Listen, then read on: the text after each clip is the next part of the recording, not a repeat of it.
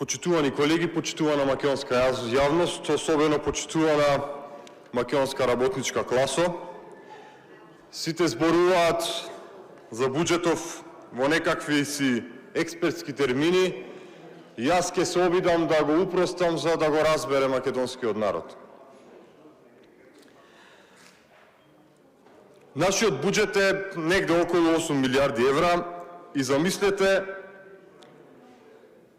проекцијата за задолжување, за домашно задолжување е 584 милиони евра, а за странско задолжување, значи задолжување во странство, 1,4 милиарди евра. Практично ова е повеќе од 10% од буџетот кој се заснова на задолжување. И ние ја слушаме министерката за финансии како помпезно ни го најави, односно ни соопшти дека ние имаме раст на бруто домашниот производ од 3,6%. И тоа е као некој многу голем успех. Но еве само ќе искористам една анализа на професорот Бислими, кој што тоа од вакви релативни бројки го има преиначено во апсолутни бројки и тој предвидува дека тоа е раст изнесува во вкупна додадена вредност од 350 милиони евра. И таа сума скоро да е идентична по однос на сумата кој што вие треба да ја исплаќате по камати по име на јавниот долг. Практично, онолку колку што сме пораснале, толку и ќе исплаќаме за камати за кредитите кои што ги влечете.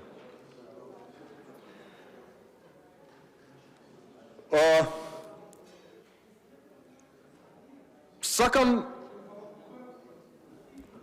да апелирам на една обсесија, особено на нашите финансиски елити, а тоа е обсесијата со БДП-то како некој показател за растот на економијата. Растот на БДП-то е фантазија на економисти, бизнисмени и буржоаски политичари. А кај нас ваквата фантазија стана идеологија која исклучително лошите услови во реалноста, во реалниот живот ги оправдува, односно се иззема одговорноста за нив со некакви си фамозни бројки за економски раст. Но, како и во секоја епоха, така и во епохата во која што живееме, идеологијата е исклучително алатка на владеачката класа. Така да и на нашата владеачка елита, почнувајќи од Министерството за финансии, економскиот раст успеа, односно се обиде, веројатно успешно, ќе видиме на следните избори, да ни го продаде како нешто што навистина ќе ја подобри економијата во Република Македонија. Односно, навистина ќе се осетат условите во реалната економија, во реалниот живот, дека се подобри за сите. Но апелирам до Министерството за финансии, освен раст на БДП, да малку се модернизираат и во методологијата за она што значи навистина параметар кој што ја мери благосостојбата на народот. Па да воведат и мерење индекс на одржлива економска благосостојба, која што не само растот на капиталот на поединци ќе ни го покаже како општ раст на богатството и општ раст на нацијата, туку ќе ни покаже и колку тој раст навистина има бенефит, социјален бенефит во општеството, бенефит во аспект на образованието, од аспект на животната средина и слично. И се надевам дека од идните години и овој индекс на економијата ќе го пресметува нашето Министерство за финансии. За жал, сега истиот не се пресметува. И тоа е вистинскиот индекс кој што ќе покаже корекција на БДП-то, кое мери само, го мери растот на оние кои што и така имаат многу капитал. Сакам да обрнам внимание на еден сегмент од буџетот и да направам споредба.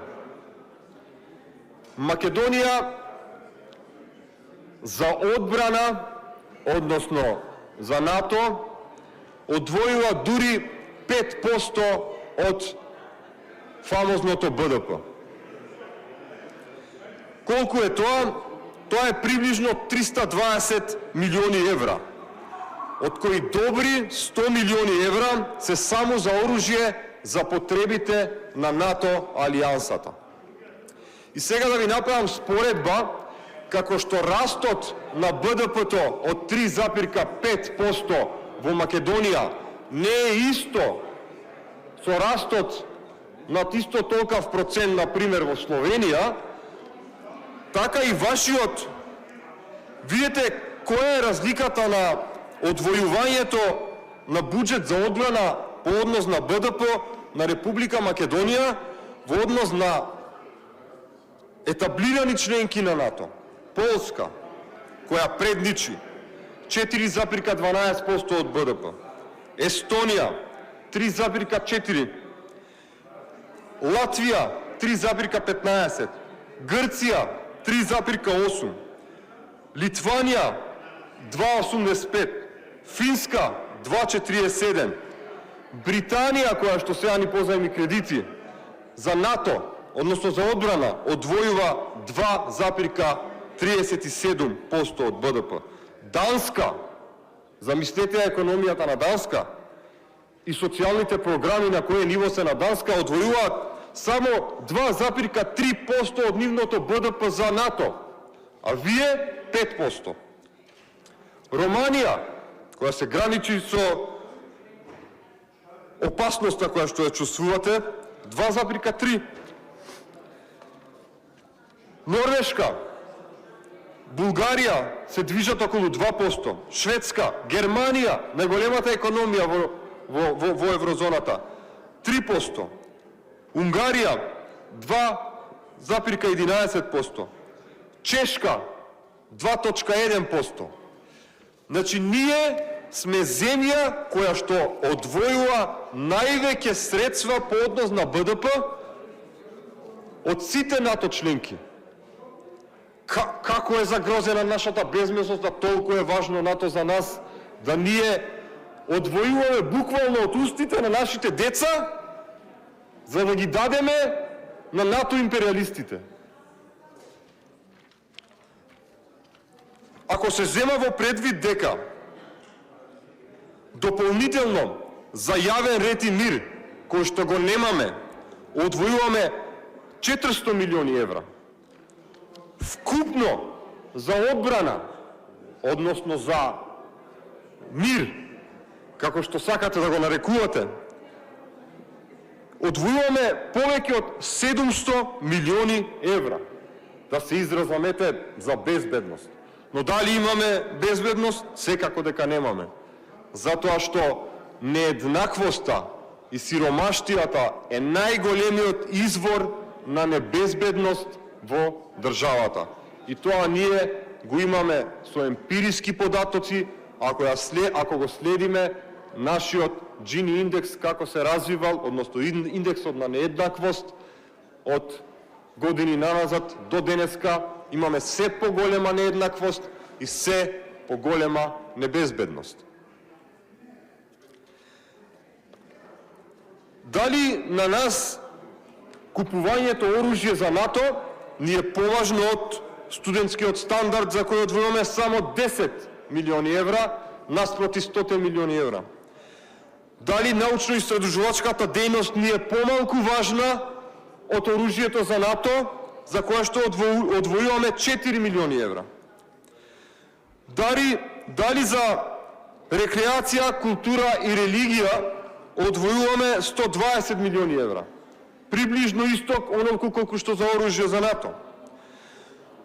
Дали ние имаме толку добра животна средина што одвојуваме помалку за животна средина него ли за ставката за оружје за НАТО? Дали ние имаме соодветни градинки и доволно капацитет за нашите деца, што одвојуваме многу помалку за тие услуги, отколку за оружје на НАТО?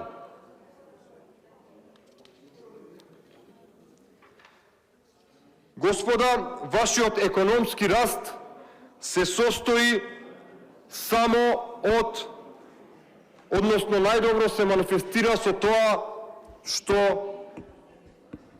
грлата, односно стоката за која што земавте субвенции и потоа го ставивте во бројките за економски раст, ги пуштивте по Македонија да пустошат. И толку од економскиот раст. Овој буџет е буџет за поддршка на империјалните политики и воено-хушкашките намери на западните земји, а не за потребите на граѓаните на Република Македонија. Од тука, овој буџет нема да го поддржаме и за истиот ќе гласаме против. Благодарам.